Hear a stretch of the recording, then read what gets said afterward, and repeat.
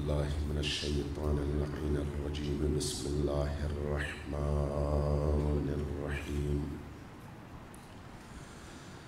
الحمد لله رب العالمين بارئ الخلائق أجمعين،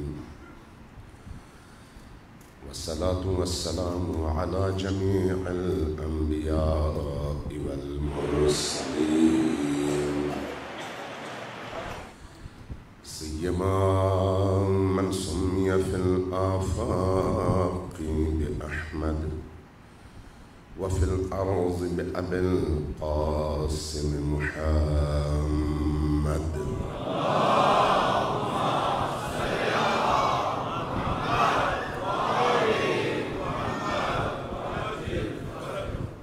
والصلاة والسلام على أولاده الطيبين الطاهرين المعصومين الميامين،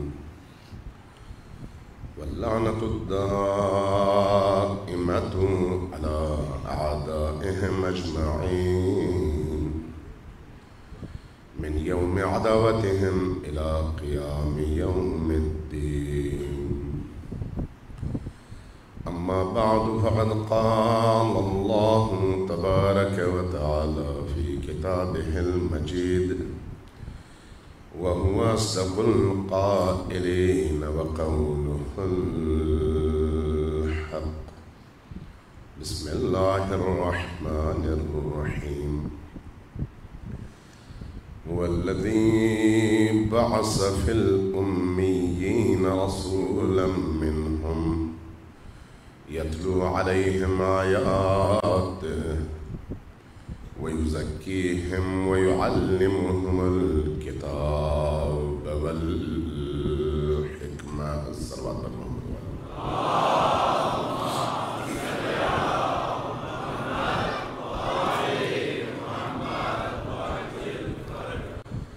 اللہ تبارک و تعالیٰ ان ایام کو ہمارے لیے اہل بیت علیہ السلام کی خوشنودی کے حصول کے ایام قرار دیں، اور ہمارے قلوب کو ان پاکیزہ ترین ہستیوں کی محبت سے، ان کے عشق سے، ان کی مودت سے، ان کی ولایت سے ہمارے دلوں کو بھی، ہمارے پورے وجود کو نورانی ہونے کی توفیق عطا فرمائے۔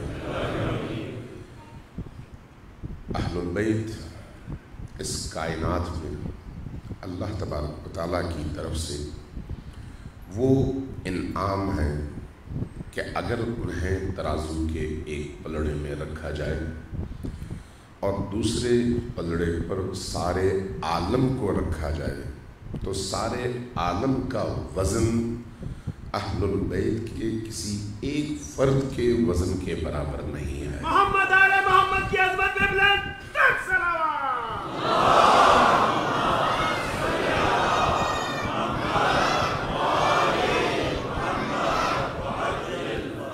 چونکہ یہ ہستیاں وہ ہیں جن میں سے کسی ایک کا بھی انکار سب کا انکار ہے۔ یہ ساری کی ساری ایک دوسرے سے متصل اور ایک ہی حقیقت کی مختلف شکلیں ہیں۔ لہٰذا نبی کریم کی ذات ہو، حضرت زہرا سلام اللہ علیہا کی ذات ہو،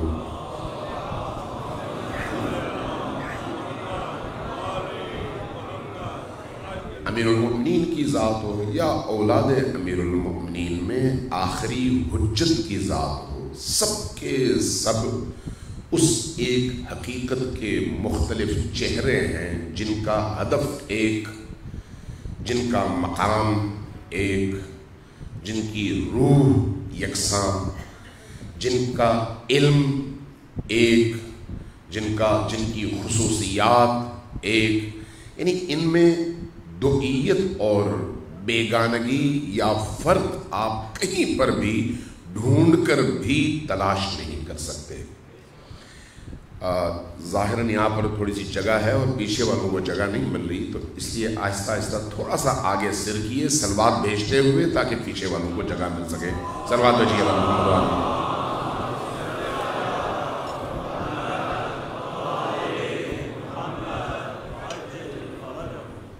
ایک دفعہ پھر صلوات بھیجیے پر محمد۔ محمد و آل محمد۔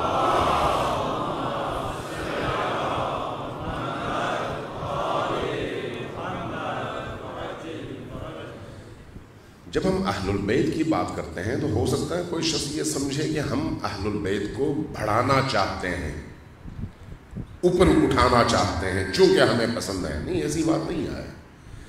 ہم اللہ کے حکم کے تابع ہیں۔ اہل البیت کو اگر ہم نے مانا ہے تو اللہ کے حکم کی وجہ سے مانا ہے۔ اگر اہل البیت کے دشمنوں کا ہم نے انکار کیا ہے تو اللہ کے حکم کی وجہ سے انکار کیا ہے۔ اہل البیت اگر اس عظیم ترین مقام پر اللہ کی طرف سے فائز ہیں تو ہمارا فریضہ عبد خدا کی حیثیت سے یہ ہے کہ ہم اللہ کے سامنے بھی سر تسلیم خم ہوں اور اللہ کے ان برگزیدہ بندوں اور ہستیوں کے سامنے بھی سر تسلیم خم ہوں۔ لہذا جب ہم قرآن کریم پڑھتے ہیں تو قرآن کریم خود مدح و ثنا ہے اہل البیت کے حوالے سے۔ قرآن کریم کی آیات اہل البیت کو محور مانتی ہیں۔ قرآن کریم کی آیات اہل البیت کی حیثیت کو بیان کرتی ہیں۔ قرآن کریم کی آیات ہمارے دینی تمام تر فرائض اور تمام تر عبادتوں میں اہل البیت کو ان عبادتوں کی روح قرار دیتی ہیں۔ اب اگر اس بدن سے روح کو نکال دیا جائے تو پھر ان عبادتوں کی حیثیت مکھی کے پر جتنی بھی باقی نہیں رہتی۔ لہذا اہل البیت پہلی ترجیح اور اس کے بعد باقی تمام چیزیں۔ لہذا عبادات کی قبولیت کا دروازہ بھی اہل البیت سے ہو کر گزرا ہے۔ وہ ایسا ہی ہے جیسے اللہ تبارک و تعالیٰ کی بارگاہ میں تمام مخلوقات نے عبادت کی، ابلیس بھی ایک عرصے عبادت کرتا رہا، ایک عرصہ کیا ہزاروں سال، مختلف احادیث میں مختلف مدتیں بیان ہوئی ہے، کم از کم 6000 سال کی مدت ہے، کم از کم 6000 سال۔ کہاں وہ راندے درگاہ ہوا؟ اللہ کا انکار کر کے نہیں، اللہ کا انکار کرتا تو پہلے دن نکل جاتا۔ اللہ کا اس نے انکار نہیں کیا، بلکہ اللہ نے جس بندے کو، جس انسان کو معین کر کے کہا اس کے سامنے سر تسلیم خم کرو، تو اس کا کہنا کیا تھا کہ میں اللہ کی عبادت کرتا ہوں، میں توحیدی ہوں۔ توجہ ہے آپ کی؟ میں توحیدی ہوں، میں موحد ہوں، میں اللہ کے سامنے سر تسلیم خم کروں گا، لیکن غیر اللہ کے سامنے جس کو اللہ ہی بے شک کہے میں سر تسلیم خم کرنے کو تیار نہیں ہوں، اس لیے کہ میں اس سے افضل ہوں۔ یہیں سے اس کے گمراہی کا دروازہ کھل گیا اور اس کی ہزاروں سال کی ساری عبادات دھری کی دھری رہ گئیں اور وہ راندے درگاہ ہوا۔ تو کوئی انسان ابلیس سے زیادہ عبادت تو نہیں کر سکتا۔ جب اللہ نے اپنی کتاب میں ان ہستیوں کی اطاعت کو بھی واجب قرار دیا، اتباع کو بھی واجب قرار دیا، فرض قرار دیا، اس کے بعد ان کی اتباع کے دائرے سے نکل کر کوئی انسان چاہے لاکھوں سال عبادت کرنا چاہے کبھی بھی ہدایت تک پہنچ نہیں سکتا اور نتیجتاً وہ نجات یافتہ ہو نہیں سکتا۔ صلوات بھیجیے بر محمد و آل محمد۔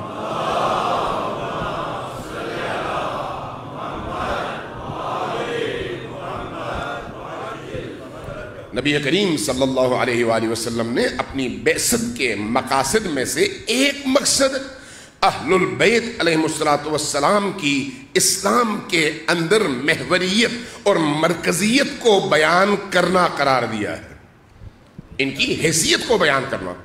اس لیے آج میری یہ ذمہ داری بنتی ہے، اس منبر کی یہ ذمہ داری بنتی ہے، محراب کی یہ ذمہ داری بنتی ہے کہ نئی نسل کو دین کی ان بنیادی تعلیمات سے آشنا کرنے کے لیے اہل البیت کے مقام مرتبے کو بار بار بیان کیا جائے، تاکہ چاروں طرف سے یہ جو ابلیسی تیروں کی صورت میں یلغار ہے افکار کی، یلغار ہے عقائد کی، یلغار ہے گمراہیوں کی، اس یلغار کے مقابلے میں ہمارا نوجوان اور نسل نو اس طرح سے مسلح ہو کہ اس کے پاس عقائد کے حوالے سے دفاع کے لیے دلیل کا ایسا ہتھیار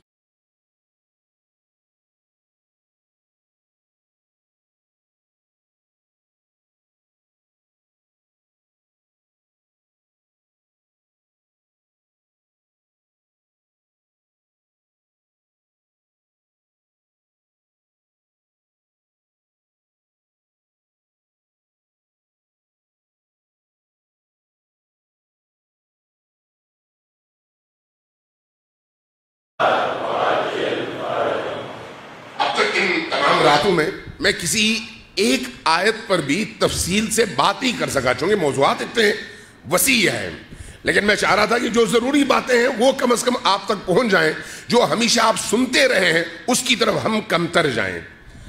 آج ہمیں چیلنجز کا سامنا ہے، اور ان چیلنجز کے مقابلے میں ہماری نوجوان نسل کو فکری حوالے سے بنیادوں کو مضبوط سے مضبوط تر کرنے کی ضرورت ہے، اور اس کے لیے یہی موقع ہے، محرم کے یہی ایام، عزا کے یہی ایام، جس میں آپ اپنے عقائد پختہ سے پختہ تر کر سکیں، لیکن دلیل کے ساتھ، جہالت کے ساتھ نہیں، نادانی کے ساتھ نہیں، صرف آنکھیں بند کر کے فلان صاحب نے کہا ہے اس لیے میں قبول کر رہا ہوں، نہیں، یہ اللہ کی بارگاہ میں قابل قبول نہیں ہے۔ اللہ کی بارگاہ میں یہ ہے کہ آپ جو بھی عقیدہ اختیار کریں اس کے پیچھے قرآنی دلیل ہو، اس کے پیچھے عقلی دلیل ہو، اس کے پیچھے حدیث کی دلیل ہو، اس کے پیچھے آپ کم از کم کھڑے ہو سکیں کہ میں نے اس عقیدے کا اگر انتخاب کیا ہے تو اس لیے نہیں کیا کہ مولوی صاحب نے کہا تھا، اس لیے کیا ہے کہ خدا نے کہا تھا، رسول نے کہا تھا۔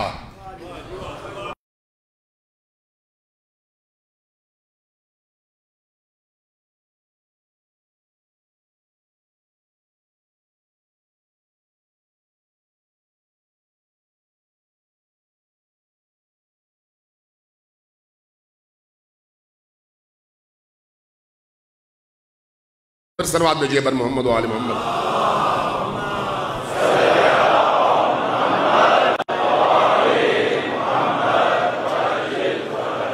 یہ جو آپ آئے ہر روز پڑھتے ہیں، سنتے ہیں خطبہ سے، علماء سے، آئے یہ ابلاغ، یا ایھا الرسول بلغ ما انزل الیک من ربک فإن لم تفعل فما بلغت رسالتہ۔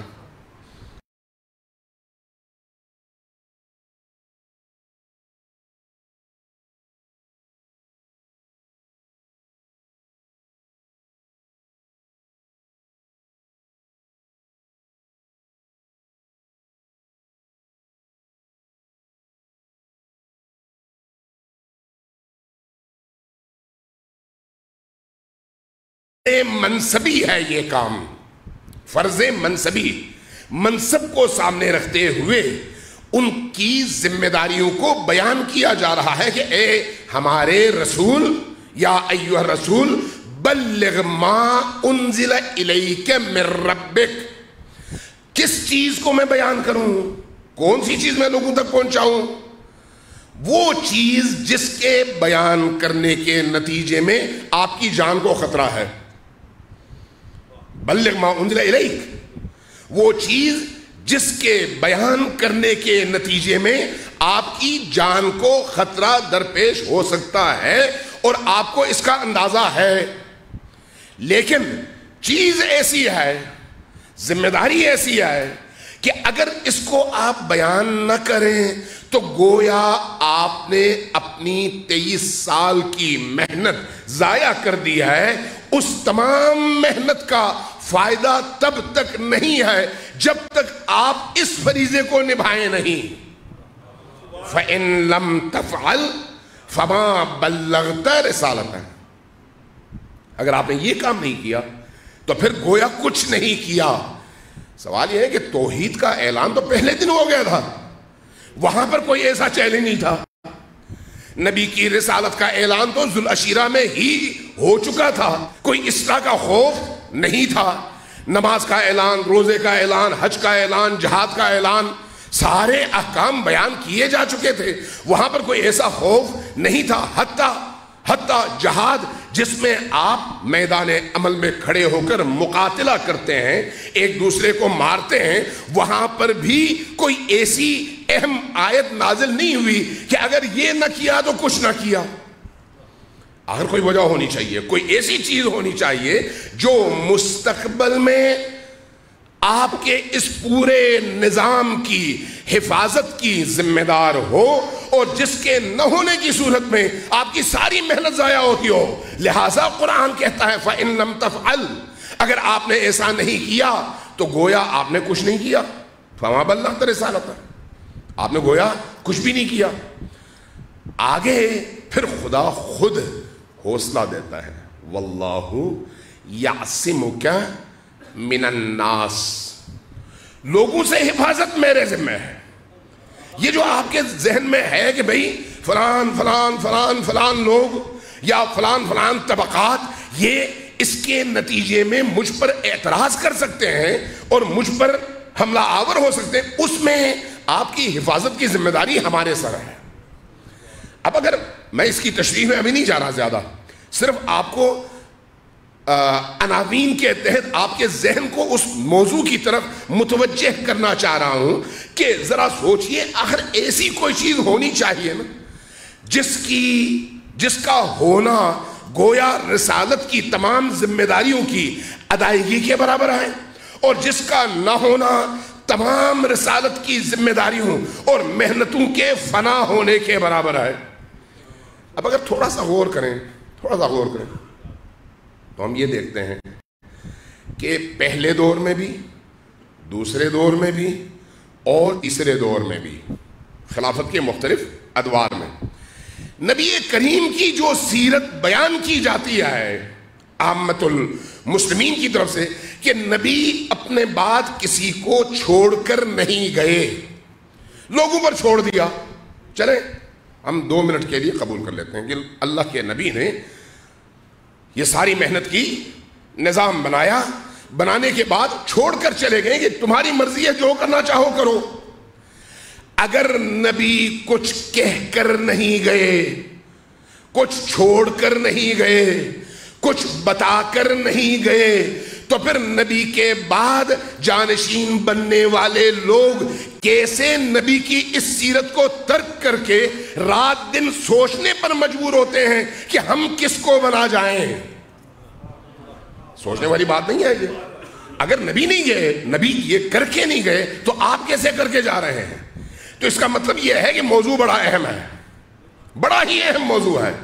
اس لیے آپ یہ دیکھتے ہیں مکتب تشیع میں، مکتب اہل البیت میں موضوع بالکل کلیئر ہے، بالکل کلیئر، اس میں کوئی ابہام نہیں ہے. موضوع کیا ہے؟ جس طرح نبی کے انتخاب کا حق عوام کو نہیں ہے، نبی کے جانشین کے انتخاب کا حق بھی عوام کو نہیں ہے. اگر نبی اللہ کی طرف سے ہے تو نبی کا جانشین میں کیسے منتخب کروں؟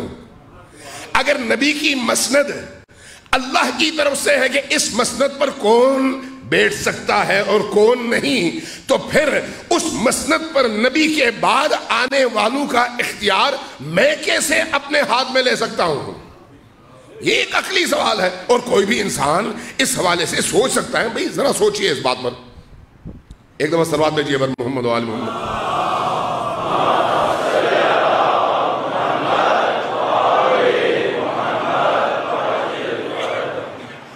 نبی اللہ کی طرف سے آتا ہے اور اللہ معین کرتا ہے کہ یہ میرا جانشین ہے، یہ میرا نمائندہ ہے. اس نمائندے نے جانا ہے، اب اس نمائندے کی جگہ جو جانشین بنے گا اس کا تعین لوگ کریں گے یا پھر اس نبی کو بھیجنے والا کرے گا؟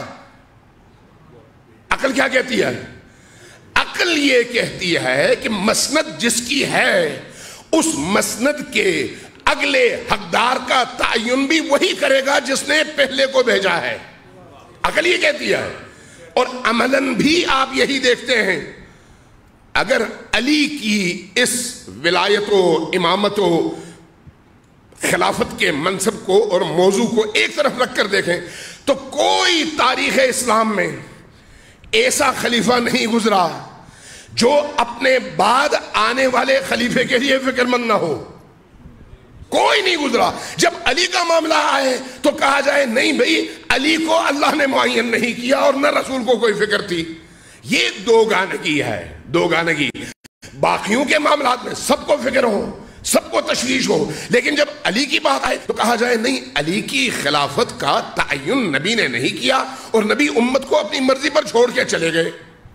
ایسا یہ دوگانگی چل نہیں سکتی. لہٰذا تحقیق کی ضرورت ہے، لہٰذا پڑھنے کی ضرورت ہے.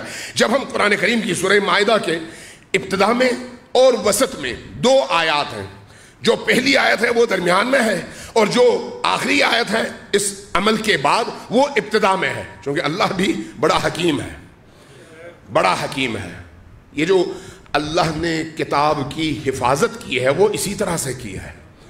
اگر اللہ تبارک و تعالی اپنے کسی پیارے کا نام قرآن کریم میں تذکرہ کر دیتا، نام آ جاتا نا، تو آج دیکھیں قرآن کو کئی شکلوں میں آپ دیکھیں، یہ قرآن الگ، وہ قرآن الگ، وہ قرآن الگ. کیوں؟ ہر شخص اپنی مرضی سے نیا قرآن ڈیولپ کرنے کی کوشش کر رہا ہوتا. لیکن اللہ تبارک و تعالیٰ نے آیات کی ترتیب میں، اس کے مقامات میں، کس آیت کو کہاں پر رکھنا ہے، کس صورت کو کہاں پر رکھنا ہے، کس حصے کو کس صورت کا حصہ بنانا ہے، ایسی حکمت کا مظاہرہ کیا کہ آگے آنے والے لوگ ابتدائی نظر میں اس کو بھانپ ہی نہ سکیں، سمجھ ہی نہ سکیں، جس کے نتیجے میں قرآن تحریف سے بچ جائے. ورنہ انسان وہی ہے جو عیسیٰ کے زمانے میں تھا، آج بھی ہے. اگر حضرت مسیح کے زمانے میں انسان کو بھوک لگتی تھی، آج بھی لگتی ہے. اس زمانے میں خود پرست تھا، آج بھی خود پرست ہے.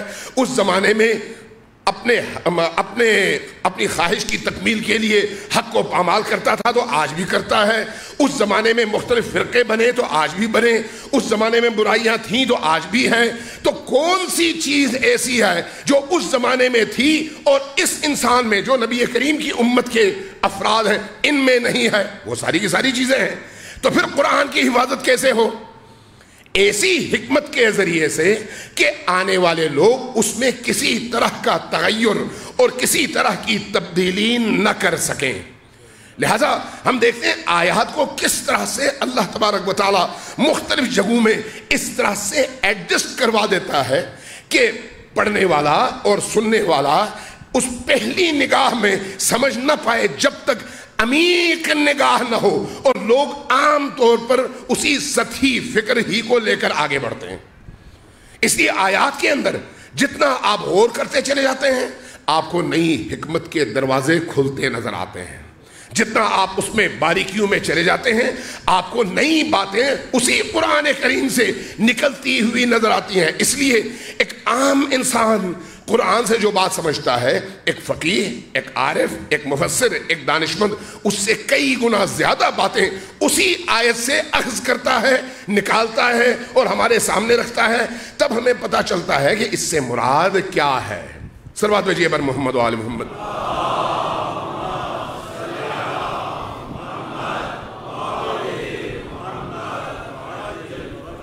ایک دفعہ پھر ذرا اونچی آواز سے صلوات بھیجیے بر محمد و آل محمد.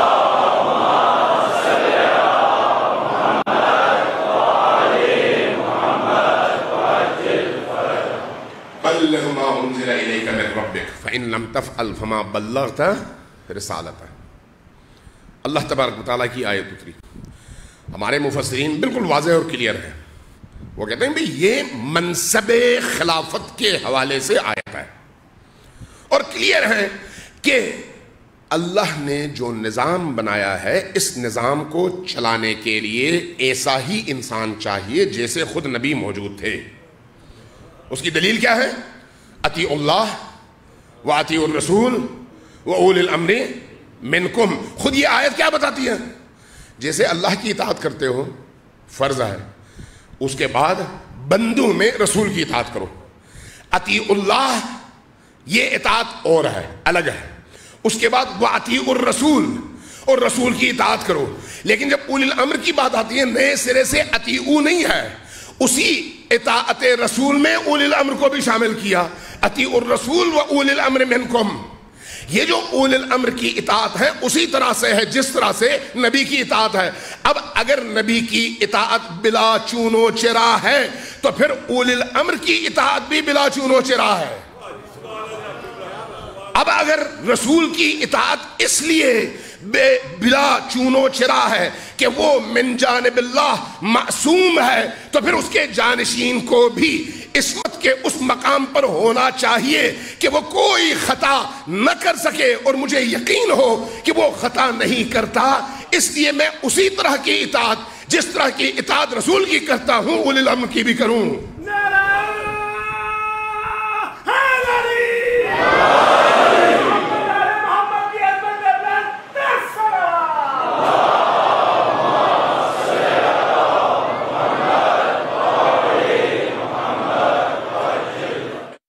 اگر رسول لوگوں کو پیش آنے والے معاملات میں کسی سے پوچھتے نہیں ہیں، اوپر سے ان پر حکم نازل ہوتا ہے، ان کا حکم وحی کے ذریعے سے آتا ہے، ان کا تعلق آسمانی اس کتاب سے ہے، ان کا تعلق اللہ سے ہے، تو اسی طرح کا تعلق جانشین رسول کا بھی ہونا چاہیے۔ جس طرح سے رسول عادل ہے، جانشین رسول کو بھی عادل ہونا چاہیے۔ جس طرح سے رسول حکیم ہے، جانشین رسول کو بھی حکیم ہونا چاہیے۔ جس طرح سے رسول بہادر اور شجاع ہیں، جانشین رسول کو بھی بہادر اور شجاع ہونا چاہیے۔ جس طرح سے رسول اللہ کی حکمتوں سے مکمل طور پر آشنا، آگاہ اور واقف ہیں، اللہ کے رسول کے جانشین کو بھی اسی طرح سے ان تمام حکمتوں سے واقف ہونا چاہیے، تاکہ میں ذمہ دار بنوں کہ ان کی بھی اسی طرح اطاعت کروں جس طرح سے ان کی کرتا ہوں۔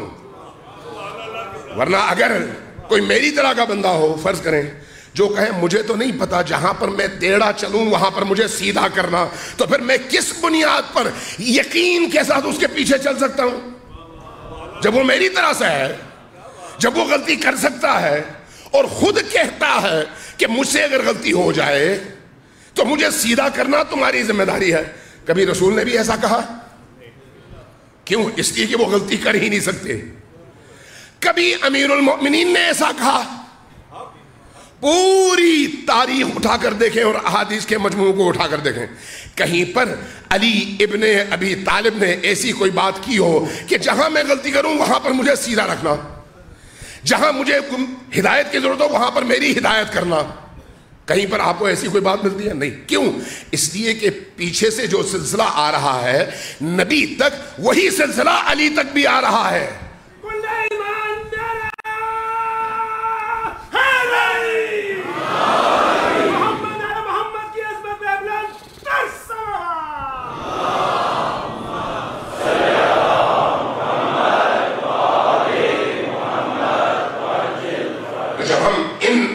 کے سیکوینس میں یہ دیکھتے ہیں کہ اللہ نے کتاب میں اللہ کی اطاعت اور رسول کی اطاعت کا حکم دیا اور اولی الامر کا حکم دیا کہ ان کی اطاعت کرو، تو اب اگر کوئی شخص اللہ کا رسول کہے کہ جاؤ قلم لے کر آ جاؤ، اور کوئی شخص مجمع سے اٹھے کہے کہ ہمیں نہ قلم کی ضرورت ہے، نہ کتابت کی ضرورت ہے، نہ آپ کی کسی بات کی ضرورت ہے، کتاب ہمارے لیے کافی ہے، تو یہ اطاعت ہے رسول ہے یا نہیں ہے؟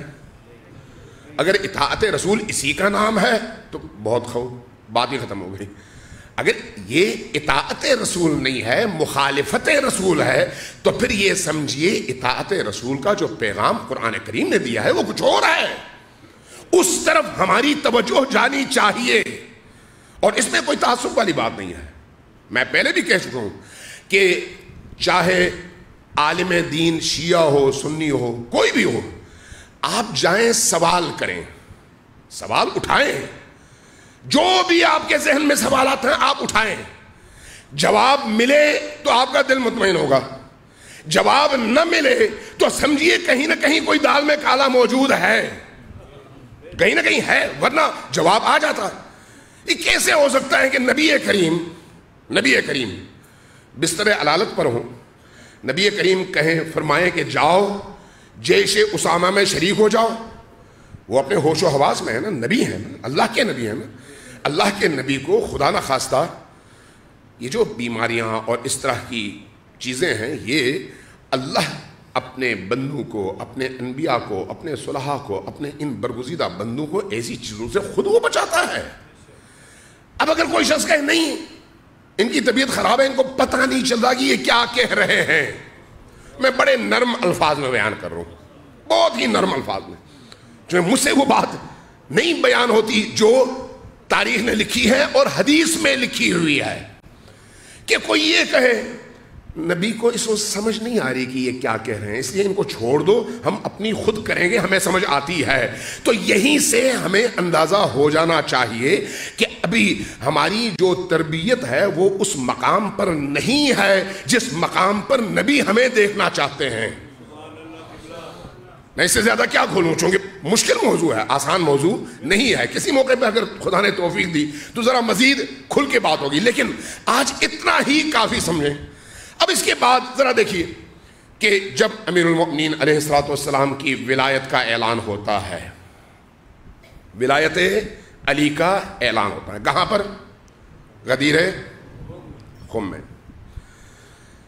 یہ جو آیت اترتی ہے اس کے جواب میں نبی کریم چند چھوٹے چھوٹے قدم اٹھاتے ہیں، ان کے حساب سے ہو سکتا ہے چھوٹے ہوں لیکن امت کے حساب سے بڑے قدم ہیں، کہ مکہ سے نکل کر مدینہ کے رستے میں وہ رستہ، وہ جگہ، وہ مقام جہاں سے مختلف علاقوں کو رستے نکلتے ہیں، وہاں پر سب کو جمع کرتے ہیں۔ 1 لاکھ سے زیادہ حاجی ہیں، 1 لاکھ سے زیادہ حاجی ہیں، ان تمام حاجیوں کو جمع کرتے ہیں، پیچھے والوں کا انتظار کرتے ہیں، آگے جانے والوں کو پیچھے بلاتے ہیں، سب کو جمع کرنے کے بعد وہ جو خطبہ ہے مسلم میں موجود ہے، باقی احادیث کی کتابوں میں موجود ہے، اور عجیب بات یہ ہے کہ یہ جو نبی کریم کا خطبہ ہے جو غدیر خم کا ہے، اس کو جتنے صحیح ترین طریقوں سے اہل سنت علماء نے بیان کیا ہے، کوئی خطبہ اپنی صحت کے اعتبار سے اس مقام تک پہنچ ہی نہیں سکتا، اس لیے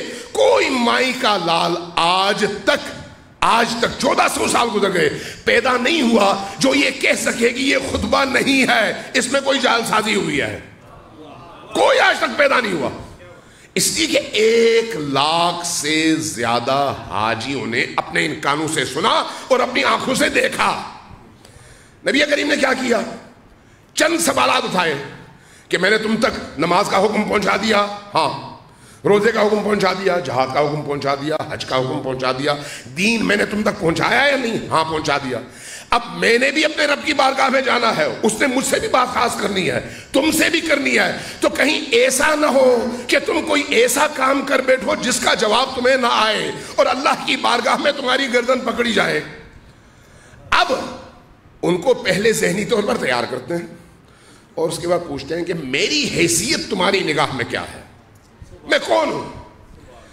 اس کون ہوں کے سوال سے پہلے اگر ہم تھوڑا سا قرآن ہی کو دیکھ لیں تو نبی کریم صلی اللہ علیہ وآلہ وسلم پوچھ رہے ہیں الست اولا بکم من انفسکم، کیا میں تمہاری جانوں سے زیادہ تم پر اختیار رکھتا ہوں یا نہیں رکھتا؟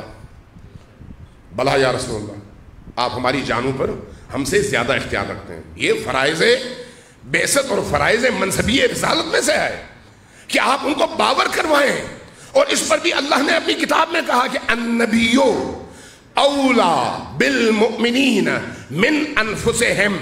میں اس وقت حقیقت یہ ہے کہ سمندر کو کوزے میں بند کرنے کی کوشش کروں، ان میں سے ایک جملے پر کئی تقریریں ہو سکتی ہیں، لیکن اب کیا کروں، ٹائم نہیں ہے۔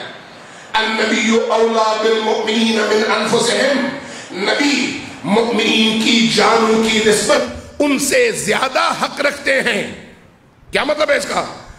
آپ خودکشی نہیں کر سکتے، آپ اپنا ہاتھ کاٹ نہیں سکتے، آپ اپنا سر کاٹ نہیں سکتے، آپ کو اجازت نہیں ہے، آپ مالک نہیں ہیں، لیکن اگر رسول کہیں کہ اپنی سر کٹا دو، اپنا اگر رسول کہیں اپنا بازو کاٹ دو، رسول کہیں کہ یہاں پر اٹھو، رسول کہیں یہاں پر بیٹھو، مجھ پر فرض ہے کہ میں یہ کام کروں، نہ کروں تو رسول کی اس ولایت سے میں باہر نکل جاتا ہوں۔ النبی اولا بالمؤمنین من انفسہم، ان کی جانوں پر ان سے زیادہ رسول کو حق ہے، قرآن نے کہا۔ نبی کریم یہاں پر اسی آیت کی طرف متوجہ کرتے ہوئے فرماتے ہیں کیا الستو اولا بکم من انفسکم، کیا میں تمہاری جانوں سے زیادہ تم پر حق رکھتا ہوں یا نہیں رکھتا؟ بلا یا رسول اللہ۔ جب کہتے ہیں بلا تو پھر اس کے بعد کیا کہتے ہیں، کیا فرماتے ہیں؟ پھر غور سے سنو، یہ جو اولا ہے یعنی اولا بالتصرف، یعنی مولائیت، یعنی مالکیت، یعنی اختیار، یعنی سرپرستی، یعنی حاکمیت، یعنی عبد اور غلام کا رشتہ،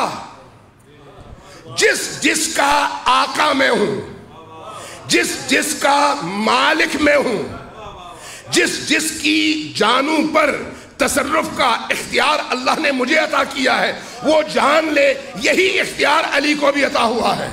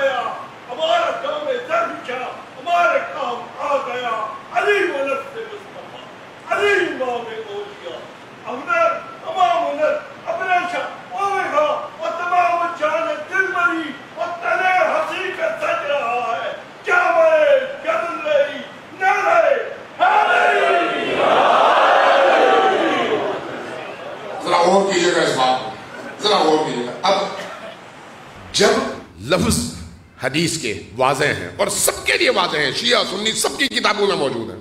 وہ کیا ہے؟ من کنتم مولاہ فہذا علی مولاہ، سب کو یاد بھی ہے۔ اب جب لفظ تبدیل نہیں ہو سکتے تو پھر کیا کریں؟ معنی تبدیل کر دو۔ معنی کیسے تبدیل کریں؟ رسول کریم یہ فرما رہے تھے کہ جو مجھے اپنا دوست سمجھتا ہے وہ علی کو بھی اپنا دوست سمجھے۔ میں امت کے ایک ایک فرد سے یہ سوال کرتا ہوں، یہ رسول آپ کے دوست ہیں یا رسول آپ کے مالک ہیں؟ رسول سے آپ کا رشتہ دوستی کا ہے یا پھر غلام اور آقا کا ہے؟ دوست تبدیل ہو سکتے ہیں، یہ جو غلامی اور آقائیت کا رشتہ ہے یہ تبدیل ہو جائے تو انسان اس ولایت سے نکل جاتا ہے۔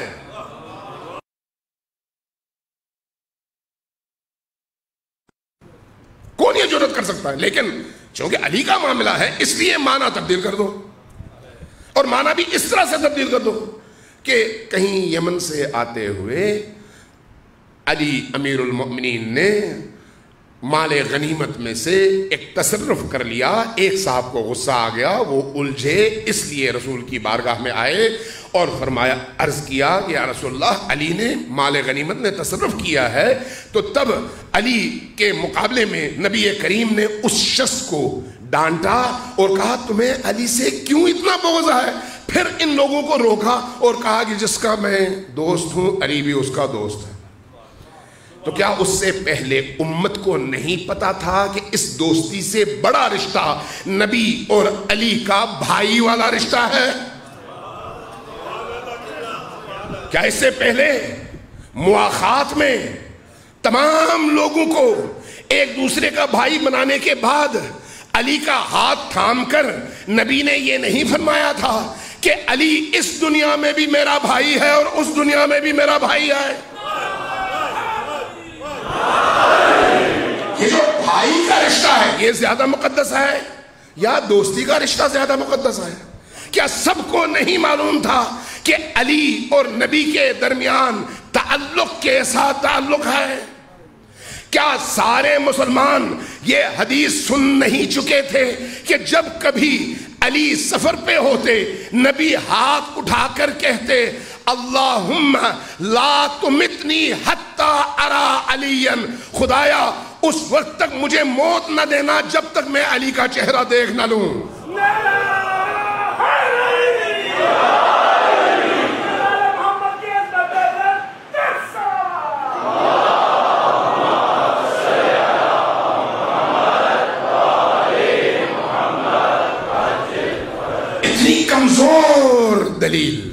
اتنی کمزور دلیل کہ نبی کریم نے فرمایا جو ان کا دوست ہے، جو میرا دوست ہے، وہ علی کا دوست ہے۔ بہت کمزور دلیل ہے، بہت کمزور۔ اور اس کے بعد آیت نازل، میں پھر کہہ رہا ہوں کہ میں بہت زیادہ اس کو مختصر کر رہا ہوں، اتنی اس میں ان آیات میں باتیں ہیں، حکمتیں ہیں اور اسرار و رموز ہیں، پہلو ہیں، نکات ہیں کہ اگر 10 مجلسیں صرف اسی پر پڑھی جائیں تو کم ہے۔ ایک ایک نقطہ اتنا اہم ہے، لیکن میں اس کو سم اپ کر رہا ہوں چونکہ ٹائم نہیں ہے۔ قرآن کی آیت نازل ہوئی الیوم اکملت لکم دینکم، آج تمہارا دین مکمل ہوا۔ کوئی مفسر بتائے تو صحیح کہ کس موقع پر اس ولایت علی کو رکھے ایک طرف، ٹھیک ہے نہ مانو، کون سی ایسی چیز تھی جس کے حکم کے آنے کے بعد اور ابلاغ کے بعد اللہ نے یہ کہا ہو آج دین مکمل ہوا؟ کوئی ایسی چیز، نماز پر نہیں، شراب کی بندش پر نہیں، حج کے وجوب پر نہیں، روزے کے وجوب پر نہیں، کون سی ایسی چیز تھی؟ کوئی ایسی چیز آپ دکھا نہیں سکتے۔ ایسی چیز ہونی چاہیے کہ جس کی قدر و قیمت امت مسلمہ کی حیات پر مبنی ہو، جس سے امت زندہ ہوتی ہو، ایسی چیز جس کی قدر و قیمت اتنی زیادہ ہو۔ الیوم اکملت لکم دینکم، تمہارا دین میں نے آج کامل کر دیا۔ وَأَتْمَمْتُ عَلَيْكُمْ نِعْمَتِي، دوسرے لفظوں میں جتنی بھی نعمتیں اللہ نے تمہیں عطا کی ہیں، توحید کی نعمت دی ہے، رسالت کی نعمت دی ہے، عبادت کی نعمت دی ہے، عبودیت کی نعمت دی ہے، تمام نعمتیں جن کا قرآن کریم میں تذکرہ ہے کہ ان تعدوا نعمت اللہ لا تحصوها، اگر رات دن لگے رہو اللہ کی نعمتوں کو گننے پر تو ان نعمتوں کو تم گن نہیں سکتے، لیکن جب تک ولایت علی کی نعمت نہ ہو وہ تمام نعمتیں مل کر کامل نہیں ہوتی۔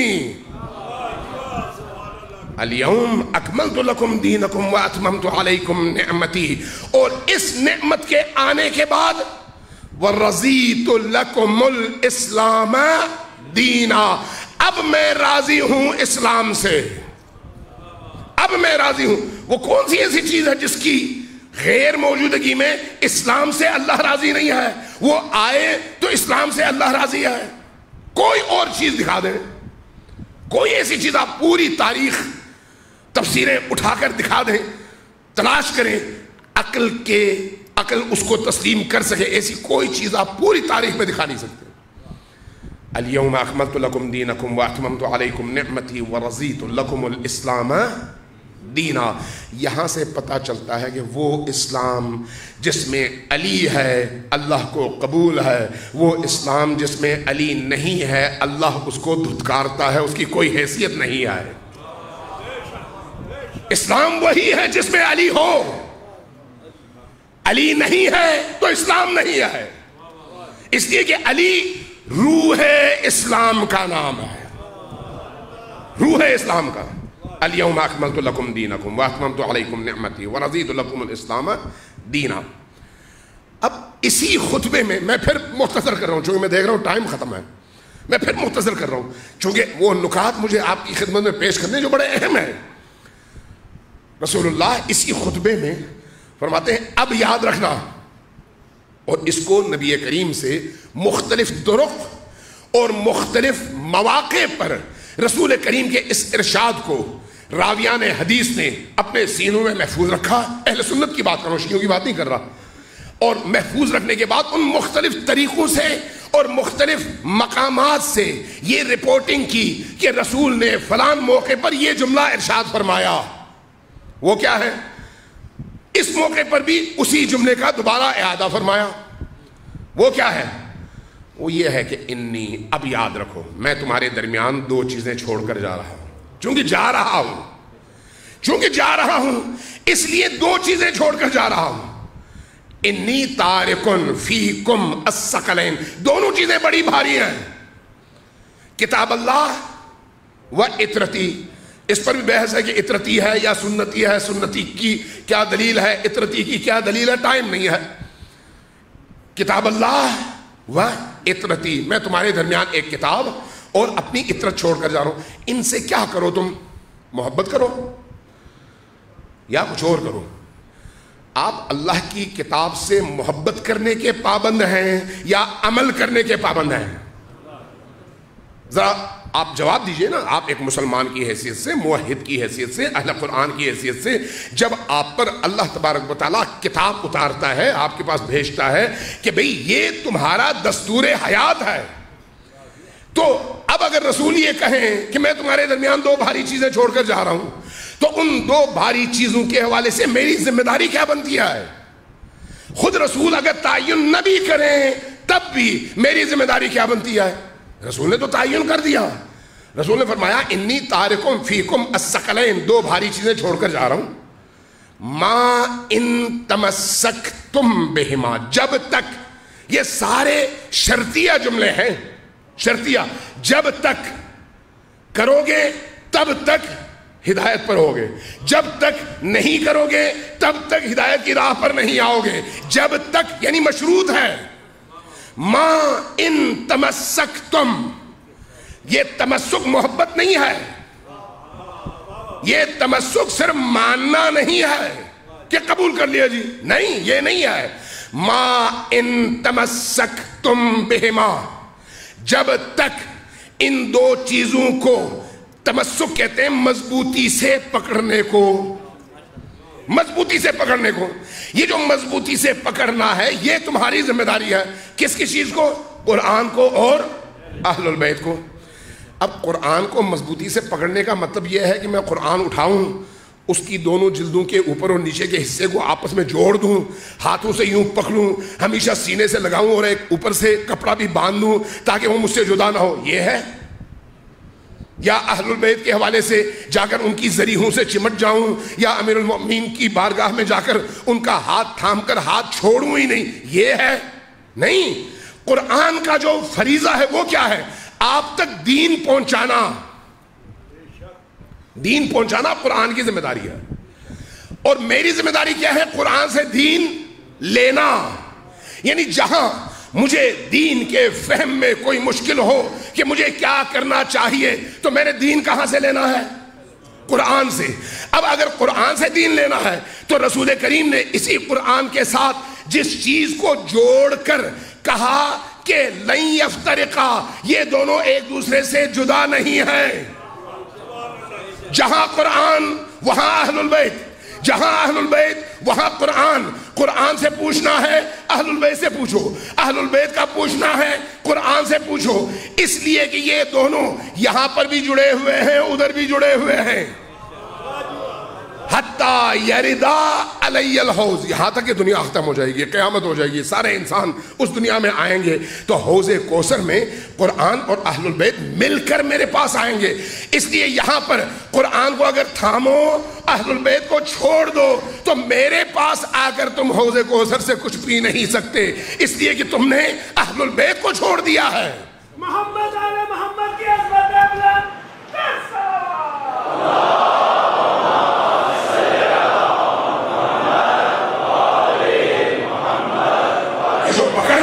واجل فرجہم، یہ جو پکڑنا ہے کیا ہے؟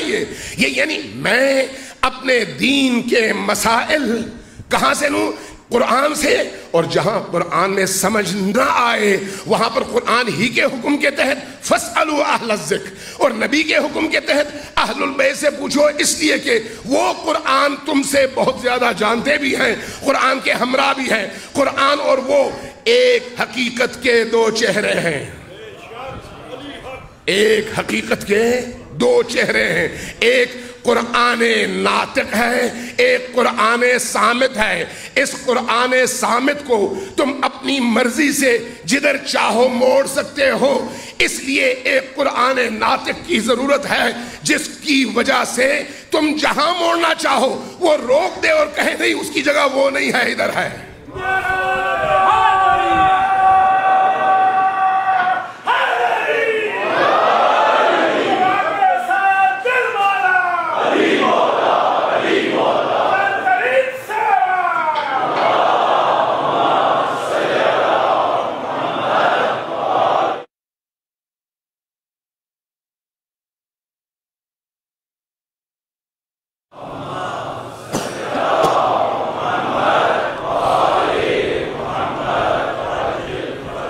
چونکہ ٹائم ختم ہے اس لیے میں زیادہ بات نہیں کر سکتا۔ اب یہ ذہن میں رکھیے گا کہ چاہے آپ سنی ہیں یا شیعہ ہیں، اپنے سابقہ عقائد چھوڑ کر قرآن پڑھیے، سابقہ عقائد چھوڑ کر حدیث پڑھیے ایک غیر جانبدار انسان کی حیثیت سے۔ اس کے بعد کوشش یہ کریں کہ یہ دیکھیں قرآن آپ کو کیا بتاتا ہے اور حدیث آپ کو کیا بتاتی ہے۔ جو قرآن کہے اس کو تھامیں۔ آپ نے اس دنیا میں کسی مولوی کو جواب نہیں دینا، خدا کو جواب دینا ہے۔ جب خدا کو جواب دینا ہے تو پھر آپ اس چیز کا جواب دے سکتے ہیں جو آپ نے خدا سے لیا ہو، جو آپ نے اس کے رسول سے لیا ہو، جو آپ نے اس کی کتاب سے لی ہو۔ لہذا کوشش یہ کریں کہ اپنی جنت اور جہنم کا سودا یہاں پر موجود خود فروش اور شکم پرست ملاؤں سے نہ کروائیں، چونکہ شکم پرست ملا اپنے پیٹ کے لیے آپ کو بھی گمراہ کریں گے اور خود بھی جہنم جائیں گے۔ یہاں پر ہمیں دین اللہ کی کتاب سے لینی ہے اور اہل البیت سے لینی ہے، اور اہل البیت کے ساتھ پھر وہ لوگ جن کی تربیت یا نبی نے کی یا آل نبی نے کی۔ صلوات بھیجئے پر محمد و آل محمد۔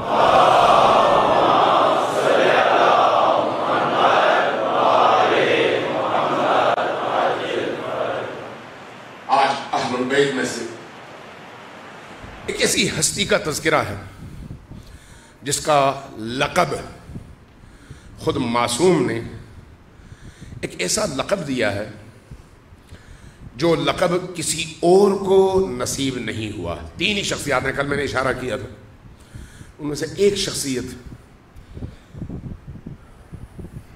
عباس علمدار ہے۔ عباس علمدار کوئی معمولی ہستی نہیں ہے۔ معصومین کے بعد اپنے کمالات، اپنے فضائل، اپنی شفاعت کے اختیار اور اپنے مقام کے اعتبار سے شاید ہی کوئی شخص، کوئی فرد عباس علمدار کی اس منزلت کو چھو سکے۔ ایسی شخصیت، ایسی عظیم ترین شخصیت، بہت ساری مشابہتیں ہیں حضرت عباس علمدار میں اور امام حسین علیہ السلام کے درمیان۔ جس طرح سے امام حسین کی جب ولادت ہوئی ہے نا تو نبی کریم نے اس وقت رو کر اور گریہ فرما کر اہل البیت کو متوجہ کیا کہ یہ بچہ مستقبل میں کیا کرے گا۔ اسی طرح سے جب حضرت عباس علمدار کی ولادت ہوئی ہے تو احادیث اور مورخین ہمیں بتاتے ہیں کہ جب اس بچے کو علی کی گود میں دیا گیا تو امیر المؤمنین نے اس بچے کے ہاتھ کپڑے سے باہر نکالے اور باہر نکالنے کے بعد بے تحاشا بوسے لینے لگے، ان ہاتھوں کا اور بازوں کا بوسہ لیا۔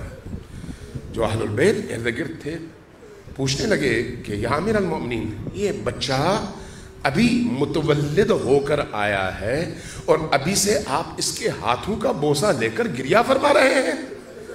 تو جواب میں کیا فرمایا؟ ہاں، یہ وہی بچہ ہے جس نے فاطمہ کے بیٹے پر اپنے بازو کو قربان کرنا ہے۔ یہ وہ بچہ ہے، یہ وہ بچہ ہے جس کے بازو کو فاطمۃ الزہرا سلام اللہ علیہا نے عالم محشر میں شفاعت کا ذریعہ بنانا ہے۔ یہ وہ بچہ ہے، یہ وہ بچہ ہے جس نے کربلا میں ایک 34 سال 35 سال کے گھبرو جوان کی حیثیت سے جو اپنی حیثیت دکھائی ہے وہ عجیب و غریب ہے، عجیب و غریب۔ اس لیے اگر آپ حضرت عباس علمدار پر لکھی جانے والی کتابیں پڑھ لیں تو آپ کو احساس ہوگا کہ آج بھی عباس باب الحوائج ہیں، اور جو بھی حاجت مند ان کے در پر جاتا ہے خالی ہاتھ لوٹتا نہیں ہے۔ آج بھی ابھی بھی اسی مجلس میں بھی صرف شرط یہ ہے کہ اپنے دلوں کو عباس سے جوڑ لیں۔ عباس حروف ابجد کے اعتبار سے علماء نے لکھا ہے کہ عباس 133 بنتا ہے عباس کا عدد۔ یہ 133 اگر آپ اس کو حروف میں لے آئیں تو یہ بنتا ہے باب الحسین۔ یعنی اگر آپ مقام دیکھنا چاہیں تو حسین کے دروازے کا نام عباس ہے۔ اس لیے حسین تک پہنچنے کے لیے جس رستے سے ہم نے گزرنا ہے وہ رستہ عباس کی چوکھٹ سے ہو کر گزرتا ہے۔ جب میں پہلی دفعہ کربلا گیا تھا 20-25 سال پہلے کی بات ہے، تو اس وقت یہ اہتمام نہیں تھا جو آج ہے۔ تو صرف وہ چھوٹا سا حرم اور اس کے ارد گرد خالی جگہ اور چھت تھی، چھت بھی نہیں تھی اس وقت، خالی جگہ تھی اور مٹی اور دھول۔ لیکن میں نے ایک عجیب منظر دیکھا، عرب جوانوں کو اس دور میں، آج تو خیر ساری دنیا دیکھتی ہے، اس دور میں کہ راتوں کو آتے تھے، اس قبر مطہر کا طواف کرتے تھے۔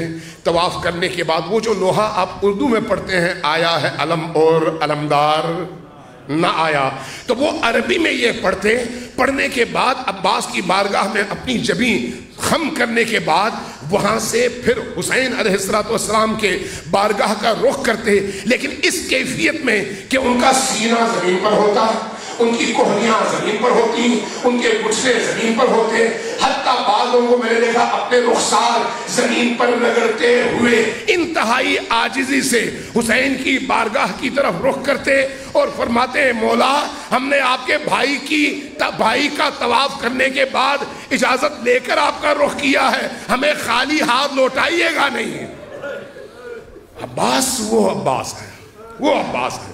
اس لیے عباس جنہوں نے اپنے 2 بازو دیے، ایک پورا عالم اپنے ہاتھ جب اٹھاتا ہے تو ان ہاتھوں کو خالی اس بارگاہ سے لوٹایا نہیں جاتا۔ عباس وہ عباس ہے۔ عصر عاشور یہی عباس حاضر ہوتے ہیں مولا کی خدمت میں۔ عباس پر جو ایمان ہے، جو اعتماد ہے، وہ خواتین کا سب سے زیادہ ہے۔ زینب کبریٰ حضرت عباس علمدار سے تقریباً 20 سال عمر میں بڑی ہیں، 20 سال عمر میں بڑی ہیں، لیکن جو عباس پر اعتماد حضرت زینب سلام اللہ علیہا کو ہے نا، وہ شاید ہی کسی پر ہو جس طرح کا اعتماد ہے۔ اس لیے وہ وصیتیں جب میں دیکھتا ہوں کہ امیر المؤمنین علی ابن ابی طالب نے اور اسی طرح سے حضرت زہرا سلام اللہ علیہا نے اپنی زندگی کے آخری لمحات میں زینب سلام اللہ علیہا کے بازوں کا بوسہ لیا اور اس کے بعد فرمایا کہ ان بازوں میں رسن بندے جائیں گے، تو اس وقت یہ بی بی سوچتی تھیں جب بابا رخصت ہوئے کہ جس کا عباس جیسا بھائی ہو اس کے بازوں پہ کون جرت کر سکتا ہے رسیاں باندھنے کی، جس کا عباس جیسا بھائی ہو اس کے سر سے چادر چھیننے کی جرأت کون کر سکتا ہے۔ لیکن جب آج عصر عاشور ہوا ہے اور عصر عاشور میں یہی عباس بارگاہ حسینی میں تشریف لائے ہیں اور حسین ابن علی نے ان کو لڑنے کی نہیں پانی لینے کی اجازت دی ہے، تو جب رخصت ہونے کے لیے بی بی کی بارگاہ میں آئیں کہ بی بی اب مجھے اجازت دیں، تو وہاں پر یقیناً بی بی کو اندازہ ہو گیا ہوگا کہ بابا کی جو وصیت تھی اس کا وقت آ چکا ہے، وہ وقت آ چکا ہے۔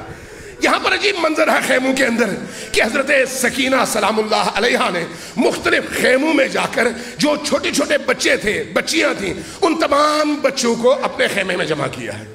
کیا کہہ کر؟ بچوں تمہیں پیاس لگی تھی، پانی نہیں تھا، آؤ اب میرے چچا جا رہے ہیں پانی لینے کے لیے۔ اب ان بچوں کو جمع کیا ہے اور تاریخ کہتی ہے کہ ان میں سے ہر بچے کے ہاتھ میں کٹورا ہے، انتظار میں ہے کہ اب اگر عباس گئے ہیں تو وہ کبھی بھی پانی لیے بغیر نہیں آئیں گے۔ یقین ہے کہ اب پیاس بجھانے کا موقع آ گیا ہے۔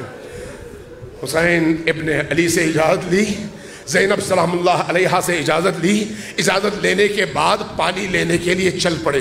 میں مختصر کرتا ہوں، جب فرات پر پہنچے، شریعہ فرات پر گھمسان کی جنگ ہوئی، عباس لڑنے نہیں گئے، پانی لینے گئے ہیں، اس لیے ایک ہاتھ میں تلوار ہے اور دوسرے ہاتھ میں علم ہے، ساتھ میں آپ کے گلے پر مشکیزہ سکینہ ہے، اور اس کیفیت میں آپ نے دشمنوں کا سینہ چیر کر، صفوں کو چیر کر فرات تک گھوڑے کو پہنچایا ہے، اور پھر اپنا مشکیزہ بھرا ہے۔ ایک دفعہ پانی یوں اٹھاتے ہیں، اٹھا کر پانی کی طرف دیکھتے ہیں۔ میں یہ نہیں کہوں گا کہ حسین کی پیاس یاد آئی یا سکینہ کی پیاس یاد آئی، عباس وہ کیا جو حسین کی اور سکینہ کی پیاس بھول سکے؟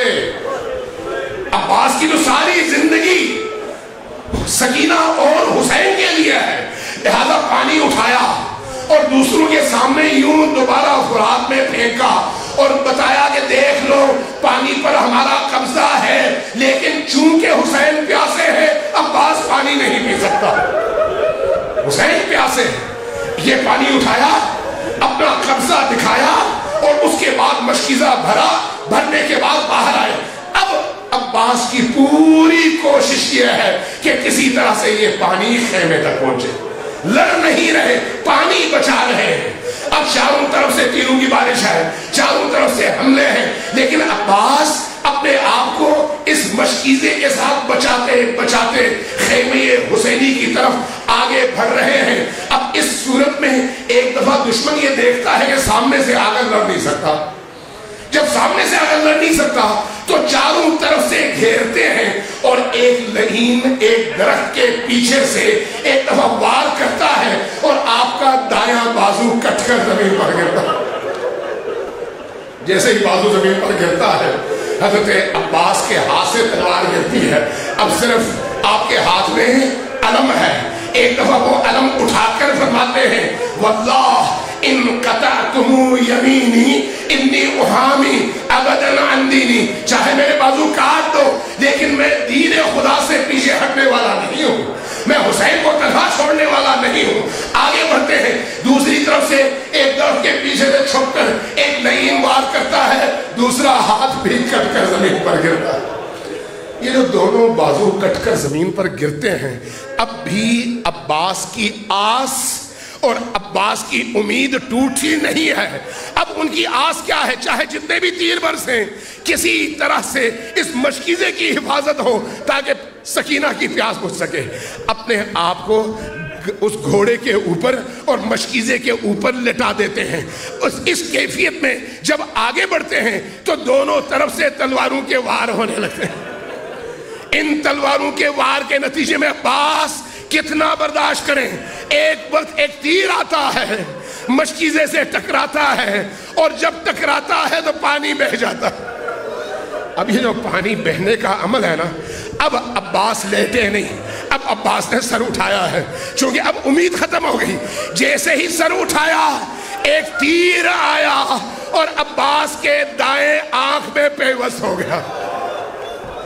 یہ جو آنکھ میں پیوست ہوا، آنکھ کا درد بہت سخت ہوتا ہے، بہت سخت ہوتا ہے، ہاتھ ہے نہیں کہ یہ تیر آنکھوں سے نکال سکے۔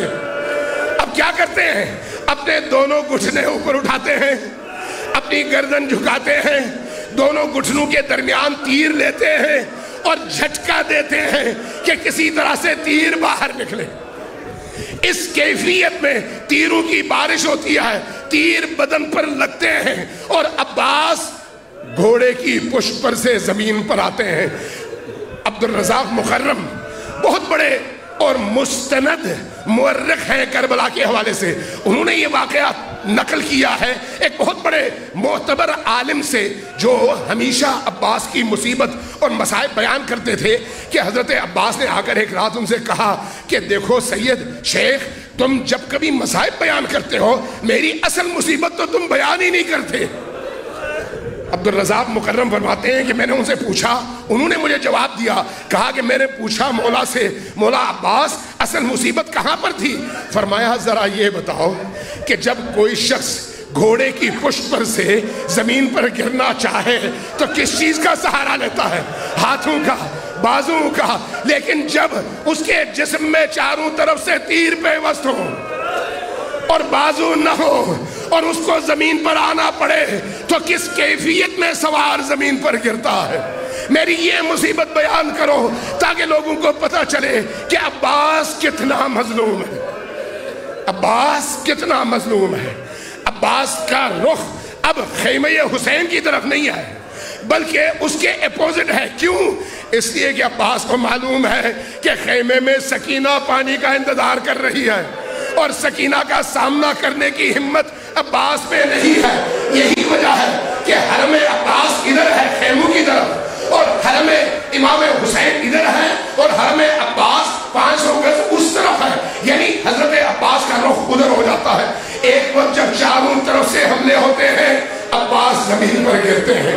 اب جب زمین پر گرتے ہیں عباس کی پوری تاریخ آپ پڑھیے. تاریخ نے بیان کیا ہے کہ زندگی میں کبھی عباس نے حسین ابن علی کو مولا اور آقا کے علاوہ کسی اور لقب سے مخاطب نہیں کیا.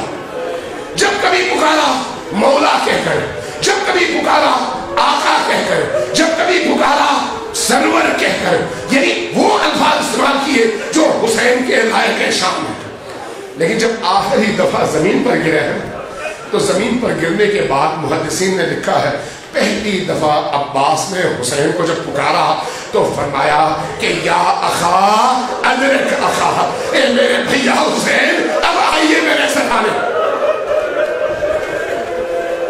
علماء نے اس کی وجہ لکھی، کہا کہ وہ جو آخری وقت تھا، وہ جو آخری وقت تھا تب جب آپ کی آنکھ پہ تیر لگا تھا، آنکھ پہ خون تھا، دوسرے آنکھ میں سر کا خون تھا، تو اس عالم میں، عالم بصیرت میں عباس دیکھ رہے ہیں کہ بی بی دو عالم فاطمہ تشریف لائی، تشریف لا کر کہتی ہیں، فرماتی ہیں میرے بیٹے عباس بس تھوڑی دیر اور صبر کرو. جیسے ہی فاطمہ الزہرا کی زبان سے سنا کہ وہ فرما رہی ہے میرا بیٹا عباس، اب عباس جب حسین کو پکار رہے ہیں تو فرماتے ہیں کہ واہ اخا ادرک اخا، اے میرے بھیا حسین اب آئیے میرے سرہانے اور مجھے اٹھائیے. حسین آتے ہیں اور عباس کا سر اپنے زانوں پہ رکھتے ہیں، تیر آہستہ آہستہ نکالتے ہیں. جب نکالتے ہیں تو دیکھتے ہیں کہ آنکھ کھل نہیں رہی، دوسری آنکھ سے خون صاف کرتے ہیں. جب خون صاف کرتے ہیں حسین کے چہرے پر نگاہ پڑتی ہے، پوچھتے ہیں، گویا فرماتے ہیں حضرت امام حسین سے بھیا حسین کیا میں نے اب اپنا حق ادا کر دیا ہے؟ کیا میں نے اپنی ذمہ داری ادا کر دی ہے؟ حسین کی پشت کی قوت کا نام عباس ہے. اس لیے تاریخ کہتی ہے کہ جب عباس شہید ہوئے اس کے بعد حسین کی کمر سیدھی نہیں ہو سکی، ہمیشہ